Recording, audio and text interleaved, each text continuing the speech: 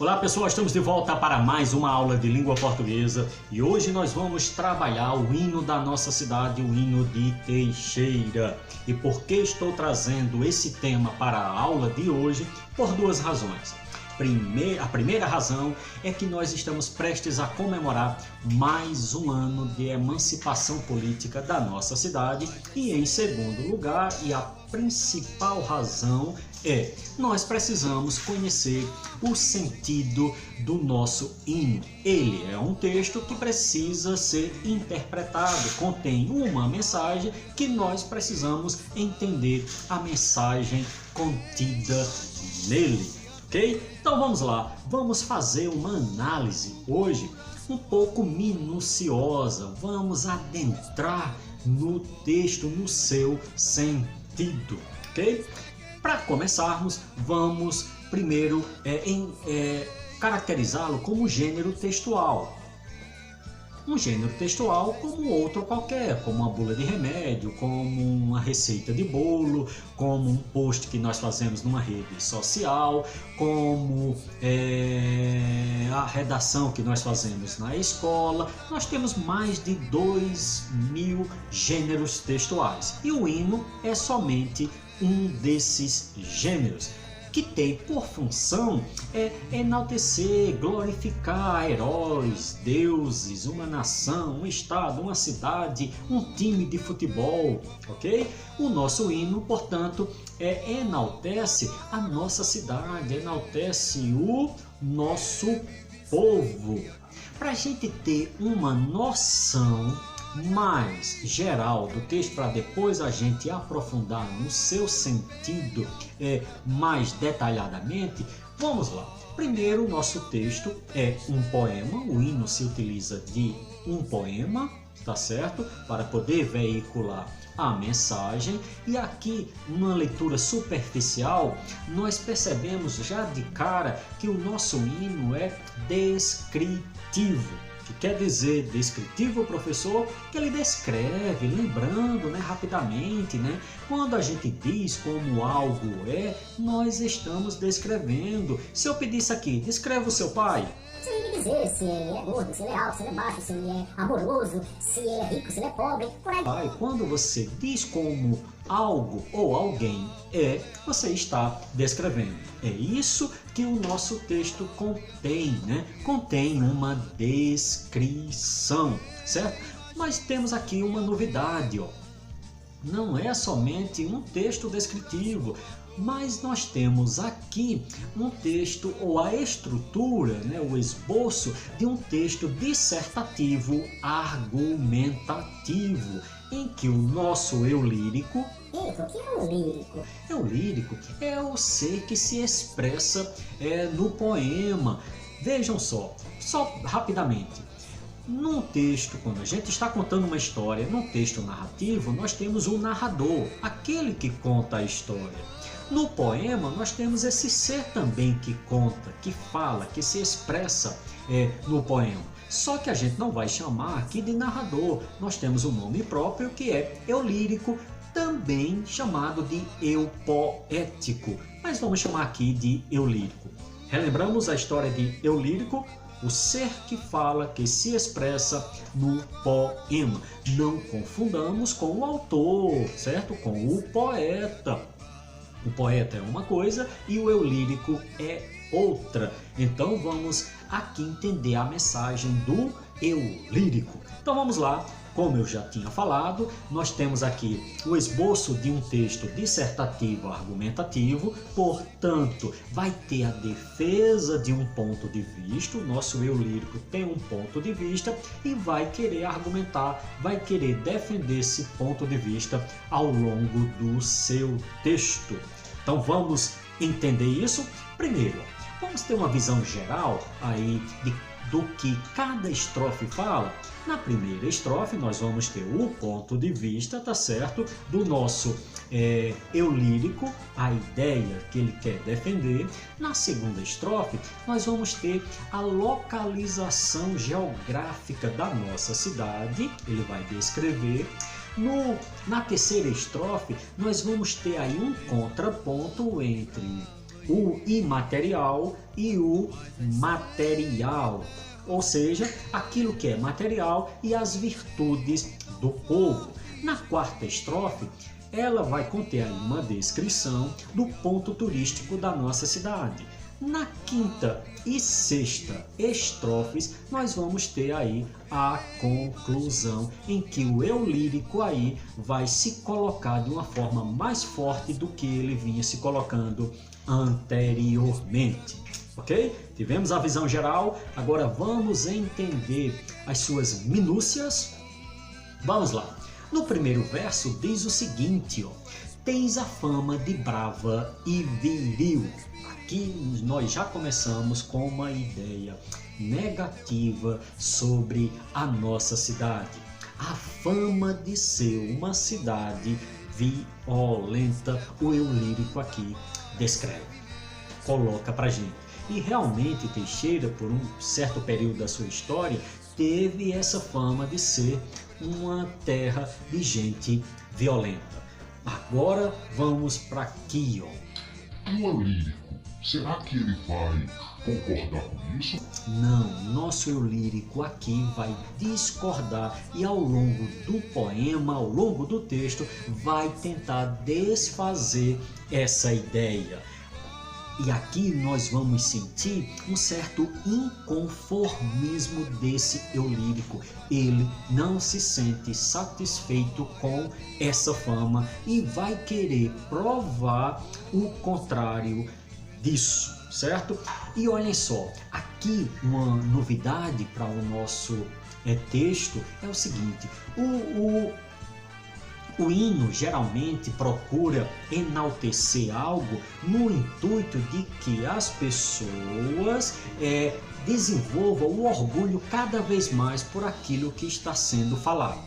Okay? O nosso hino é um pouco diferente, ele tenta buscar esse orgulho da sua gente, mas ele tem como ponto principal dialogar, conversar com aquele que não é teixeirense.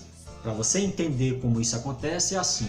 Veja que no primeiro verso diz que Teixeira tem uma fama de ser uma terra violenta. Se tem a fama, são outras pessoas que a conhecem dessa forma. O nosso eu lírico, sabendo disso, ele quer desfazer essa imagem negativa. Ele se sente inconformado ao ponto de imaginar: essas pessoas têm uma concepção errada, Teixeira não é dessa forma. E aí ele produz o seu poema dizendo o seguinte no próximo verso: mas és sempre terra hospitaleira. Aqui ele está contradizendo o que vem antes, o que veio antes. Quando ele diz terra hospitaleira, primeiro, ele está dando a opinião dele, tá certo? Está apresentando a tese, que ele vai falar sobre isso, tentar provar isso ao longo do texto, tá certo?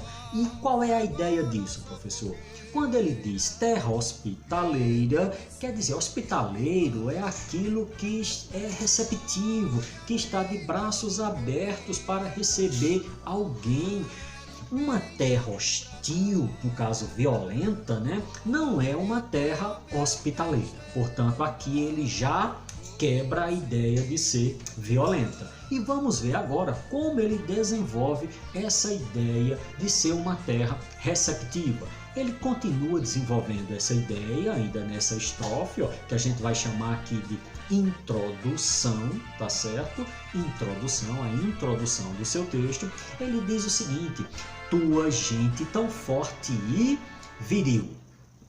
Forte aqui a gente não pode entender como algo do aspecto físico, mas do interior. Uma gente que é forte interiormente para enfrentar as dificuldades da vida. Continua dizendo gentil, quer dizer pessoas cordiais. Pessoa cordial é aquele que está também receptivo ao outro. Continua dizendo ainda sobre a sua gente, diz assim: e de alma leal e altaneira. A sua gente tem uma alma leal e grandiosa. grandiosa. Se é um povo de uma alma leal, grandiosa, então é um povo de confiança. É um povo em que a gente pode confiar. É mais ou menos como ele dissesse, é gente boa.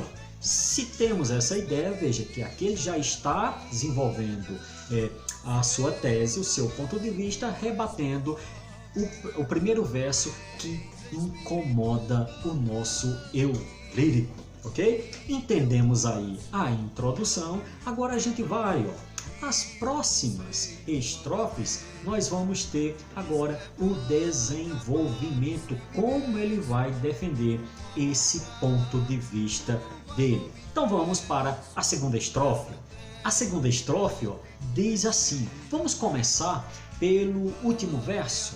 Aqui fica mais interessante a gente começar, como se diz, de trás para frente. Olha só, ele vai tentar aqui responder a seguinte pergunta. Onde é que fica essa cidade? Lembre que ele não está tentando dialogar com o teixeirense, ele está dialogando com aquele que não é teixeirense. E aqui, como ele está se dirigindo àquele que não é teixeirense, ele parte da ideia, eu tenho que dizer onde fica essa cidade, eu tenho que dizer a sua localização geográfica para que essa outra pessoa conheça melhor a minha cidade. Então ele diz como? Onde fica essa cidade? Nos Píncaros da Borborema. Píncaros, imagina aí o ponto mais alto, o cume, e o cume de quê? Da Borborema, que é uma região serrana, né? Que abrange aí mais ou menos 4 estados do nosso Nordeste. Nessa região serrana, Teixeira está no Píncaro, ou nos Píncaros, quer dizer, no cume, no ponto mais alto. E aí, antes ele diz o seguinte, tu fulguras com ardor. Olha a imagem que o nosso eu lírico está tentando criar daquele que não é teixeirense. Diz que Teixeira fulgura, quer dizer brilha, e não é um brilho simples, é um brilho com ardor. Então o visitante já cria aquela imagem, uma região serrana, e a cidade fica no ponto mais alto e é brilhante, é reluzente. E olha agora como ele vai fazer a comparação disso. Ele vai dizer assim, qual diamante incrustado, tal qual, igual a um diamante incrustado. O diamante já tem certa beleza e aí ele está comparando a nossa cidade, ok? E esse diamante está onde? Ele diz incrustado em magistral diadema. Então não é um diamante simples, mas esse diamante está numa coroa que geralmente os reis e rainhas utilizam. Está lá na coroa e é o ponto principal, aquele que mais chama a atenção. Viram aí que imagem belíssima que o nosso eu lírico cria da nossa cidade, e aqui a gente percebe uma influência dos nossos poetas, né, da primeira geração do romantismo brasileiro. Aqueles poetas costumavam enaltecer o nosso país, enaltecer a nossa natureza, demonstrando muito patriotismo e pintando uma idealização do nosso país. Perceba que o nosso eu lírico aqui nessa estrofe recebe esta influência, ok? Vamos agora para a terceira estrofe, continuando o desenvolvimento lá da primeira. Aqui na terceira estrofe, ele vai fazer uma contraposição. Então, para ficar mais claro, vejam assim, o primeiro e segundo verso tem ideias que se contrapõem à ideia contida aí no terceiro e quarto versos. Vamos entender aí? Vamos assim. Aqui, ele tenta responder a seguinte questão. Uma pessoa vale mais pelo que ela tem ou pelo que ela é? Qual é a sua resposta? Certamente foi igual ao do nosso eu lírico. É o que ela é, são as suas virtudes que devem sobressair. Vamos ver como ele diz isso aqui? Olhem só, no primeiro verso dessa estrofe ele diz assim: és pequenina terra minha. Aqui ele reconhece que a sua terra ela é pequena. ok? No segundo verso ele diz assim: sei também que tu és pobre. E olha aqui a lucidez do nosso eu lírico, reconhecer as limitações econômicas da nossa terra. É como que ele dissesse assim: ô visitante, se você quiser vir para a nossa terra, então já saiba que ela é pequena e saiba que ela é pobre. Aqui é uma demonstração já de honestidade, certo? Com aquele visitante, ok? Mas ao dizer isso, ele não para por aí, ele não se satisfaz. Veja que é como que ele dissesse: ok, ela é pequena, ela é pobre, mas olha aqui o mais. Agora ele vai ressaltar as características interiores dessa gente. O que é que ele diz? No verso seguinte ele diz assim: tens espírito tão grande. E aqui esse verso está se contrapondo ao primeiro, quando ele diz que a terra é pequena. A terra é pequena, mas o espírito da sua gente é grande. Viram aí a contraposição? Olha o próximo verso. Diz o seguinte: e teu coração tão nobre. Nobre dá a ideia de riqueza, né? E aí, veja só, é como que ele dissesse, ó, no segundo verso, ele reconheceu que a gente era pobre. A sua gente era pobre. Como que ele dissesse, é pobre, mas é de um coração tão nobre. Não somente nobre, mas é tão nobre. Vira aí a contraposição, e aí a gente pode entender assim, ó, que esse primeiro e esse segundo versos serve de contra-argumento. Ele joga aquilo que alguém poderia falar mal e nos versos seguintes ele rebate, ele contrapõe aquilo que supostamente poderia ser negativo. É uma espécie de dar a volta por cima. Viram aí a beleza? Mas ó, quando ele diz assim, coração tão nobre, a gente aqui também percebe a influência das novelas de cavalaria, que colocavam o herói com essas virtudes de coração, de nobreza, né? Nobreza de espírito, um espírito grandioso, pessoas confiáveis, leais. Aqui a gente percebe que no nosso hino contém essa influência, que também é uma influência do cristianismo, quando o cristianismo prega de que devemos valorizar, ou o que importa é o espírito e não a matéria. Viram aí a beleza? Até aqui o nosso eu lírico está defendendo a ideia de ser uma terra hospitaleira, de que é uma terra boa, né? Vamos para a próxima. Na próxima estrofe, agora sim, no primeiro parágrafo do desenvolvimento, ele falou da localização geográfica, ele chamou a atenção aí do possível visitante, depois ele descreveu a sua gente, agora ele vai descrever, no caso, o ponto turístico.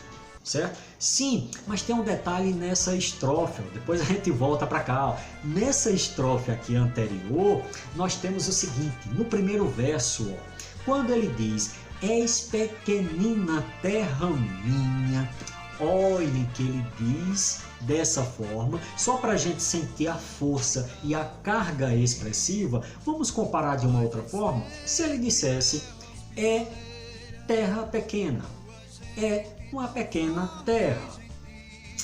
Teria diferença aí de sentido? Teria, né? Essas duas últimas formas que eu falei, né? As possibilidades, não traria a carga negativa da forma que o nosso eu lírico escolheu. Ele diz como pequenina terra. Vejam que o adjetivo aí, pequenina, transmite uma carga afetiva da relação do eu lírico com a sua cidade. E essa relação afetiva é tão forte que ele ainda intensifica dizendo minha, tomando posse disso. É como que alguém ou algo, há um alguém, né, que gosta tanto de outra coisa, ou uma criança que agarra aquilo para si. É como que o eu lírico fizesse isso e está passando essa ideia para aquele que não é habitante desta cidade, para aquele que não conhece. É como aqui, ó, até aqui, passar essa ideia para o não teixeirense de que é o seguinte: ele não se convenceu ainda de que Teixeira é uma terra maravilhosa, mas até aqui qualquer um ouvinte desse nosso texto vai reconhecer algo. Essa cidade pode até não ser tão boa assim, mas ela conquistou esse ser que está falando. Esse ser que está falando aqui tem muito amor, muita dedicação à sua terra. E, logicamente, agora a gente pode dizer: essa terra tem algo especial, porque nada conquista uma outra coisa se não tiver algo especial, ok? Vamos voltar agora lá para a outra estrofe, que a gente fez essa volta aí rápida. Vamos lá. Nessa estrofe, como eu disse, vai falar do ponto turístico. Ele já descreveu a gente e tal, disse onde se localizava, falou como é esse povo, né? Falou como são as virtudes desse povo, e é como que ele dissesse agora assim: vem nos visitar que você vai ter também algum lugar para passear, alguma coisa para a sua distração. E aqui ele aponta um cruzeiro nesse primeiro verso, dizendo: e o cruzeiro tal, ou melhor, e o cruzeiro qual bandeira. Está comparando o cruzeiro com a bandeira. O que é o cruzeiro, professor? O cruzeiro, lembra, aquela pedra que nós temos ali no centro da nossa cidade, né? E tem a imagem do Cristo, né? De braços abertos.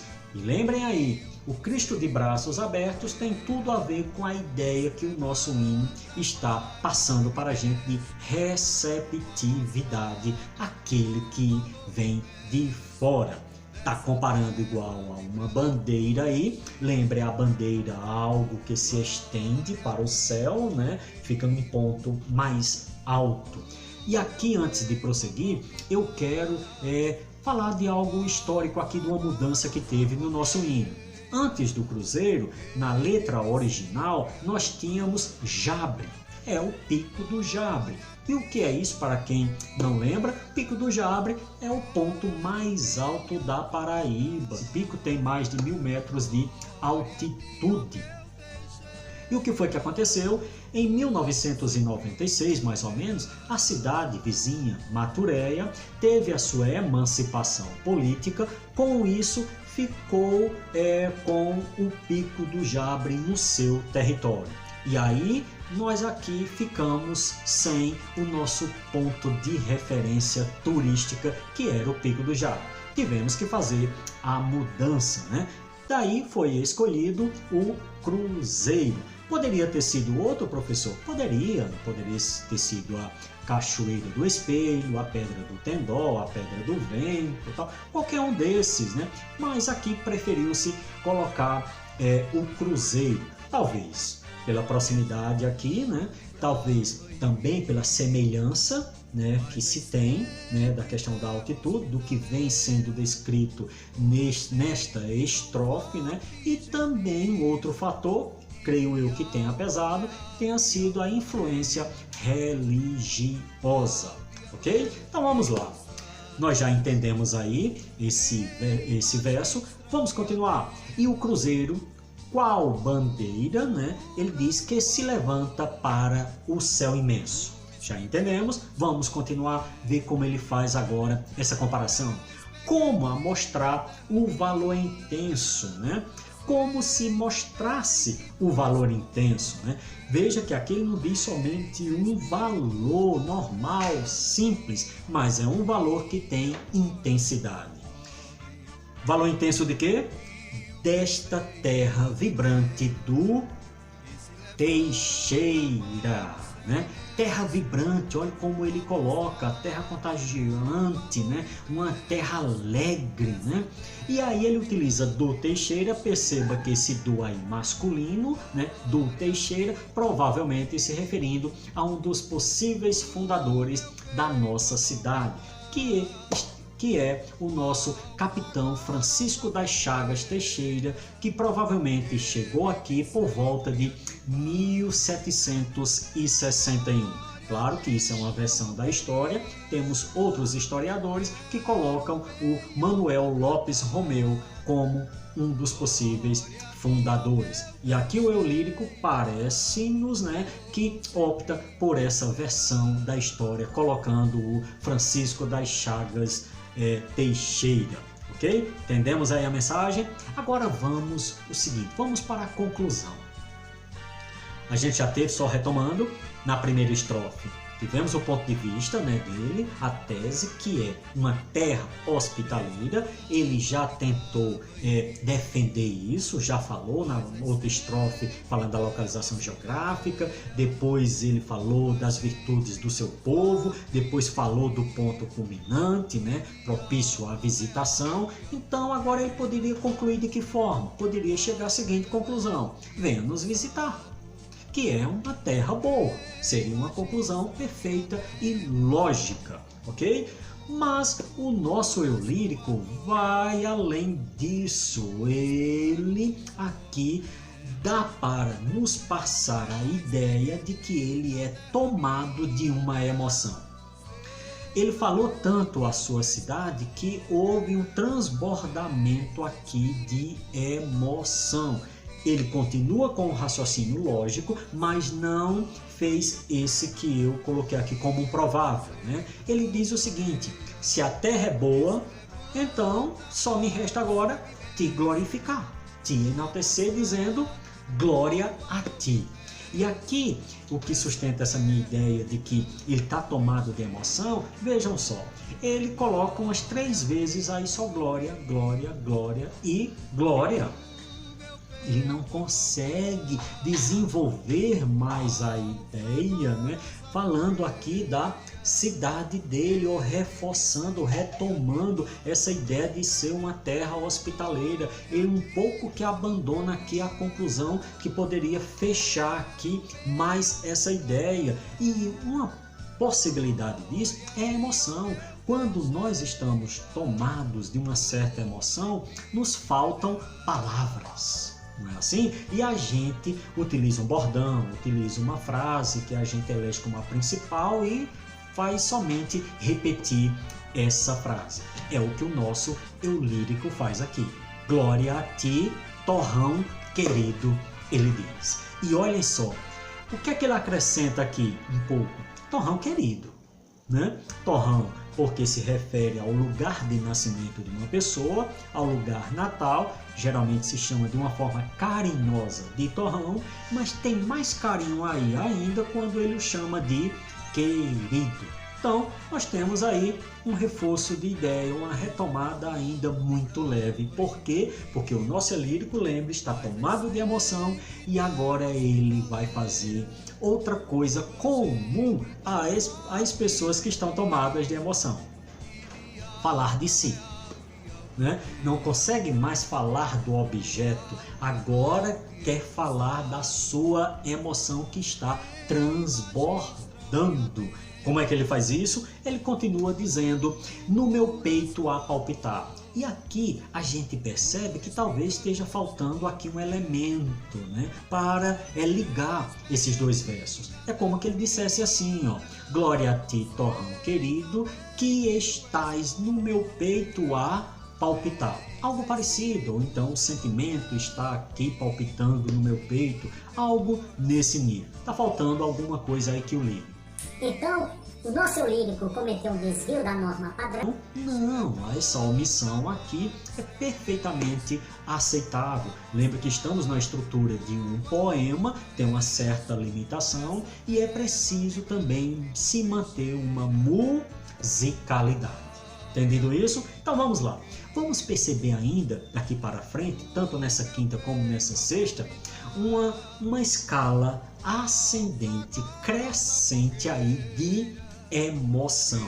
Nessa estrofe aqui, nós vamos perceber que o nosso eu lírico está falando do seu interior, de como esse sentimento está dentro dele. Agora eu pergunto para você, será que ele vai se conter em ficar com essa emoção somente para si? Ou será que ele vai querer propagar, divulgar isso para os 4 cantos do mundo? Vamos ver primeiro como é que isso acontece dentro dele. Vamos lá. No meu peito a palpitar, tá certo? Agora ele faz a comparação. Qual fragorosa fogueira, tal qual, como, igual a uma fragorosa fogueira. Fragorosa, o estalido, uma fogueira que está estalando, fogo lá, batendo e estalando ao mesmo tempo. E ele diz o seguinte: qual fragorosa fogueira que vive sempre a queimar. Isso, lembre, é o sentimento dentro do nosso eu lírico. Como é que ele começa a nossa próxima estrofe? Ainda dando continuidade à conclusão. Glória a ti, torrão querido. Repete a ideia, ou melhor, o bordão, né? E agora ele vem o seguinte: quero bem alto bradar. E aí, nosso eu lírico se conteve, está se contendo com esse sentimento dentro de si? Não, né? Aqui ele se entregou dizendo: quero bem alto bradar. Bradar quer dizer o que? Divulgar, falar em voz alta, gritar o conteúdo ou o sentimento que está dentro de si. Ele não quer ficar somente para ele. Ele está tão tomado de emoção que ele reforça essa ideia de falar alto. Ele diz alto bradar, bradar já é alto, e ele não se contém com isso e ainda diz bem alto. Olha, 2 reforços aí da ideia de falar alto. Veja como o nosso eu lírico está tomado de emoção. E aí você agora me diz, cometeu aí o desvio da norma padrão? Ele cometeu aí um pleonasmo vicioso, professor? Não, pleonasmo sim, mas de acordo com a ideia aqui, nós podemos perceber que trata-se de um pleonasmo, mas é um pleonasmo literário, ok? A gente já viu que ele quer bradar, e aí? Vamos ver a que ponto ele vai chegar. Ele vai dizer agora: glória a ti, ó meu Teixeira. Novamente, ó, glória, e agora está aprofundando esse sentimento, né? Está se tomando, está intensificando, e ele chama agora Teixeira de ó meu.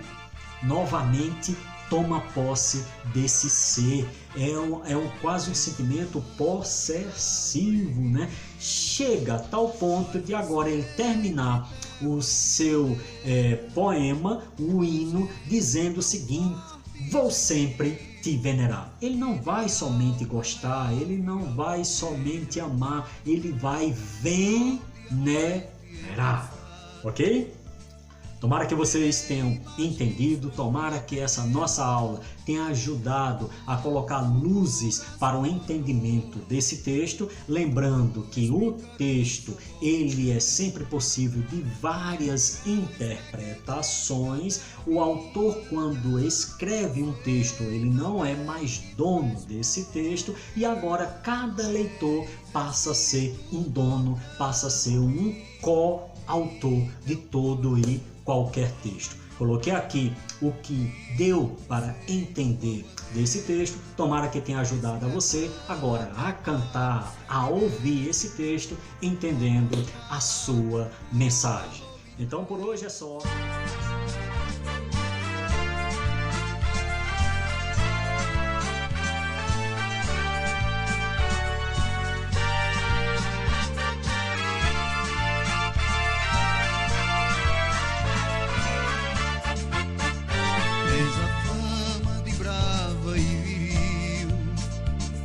Sempre terra hospitaleira, tua gente tão forte e gentil.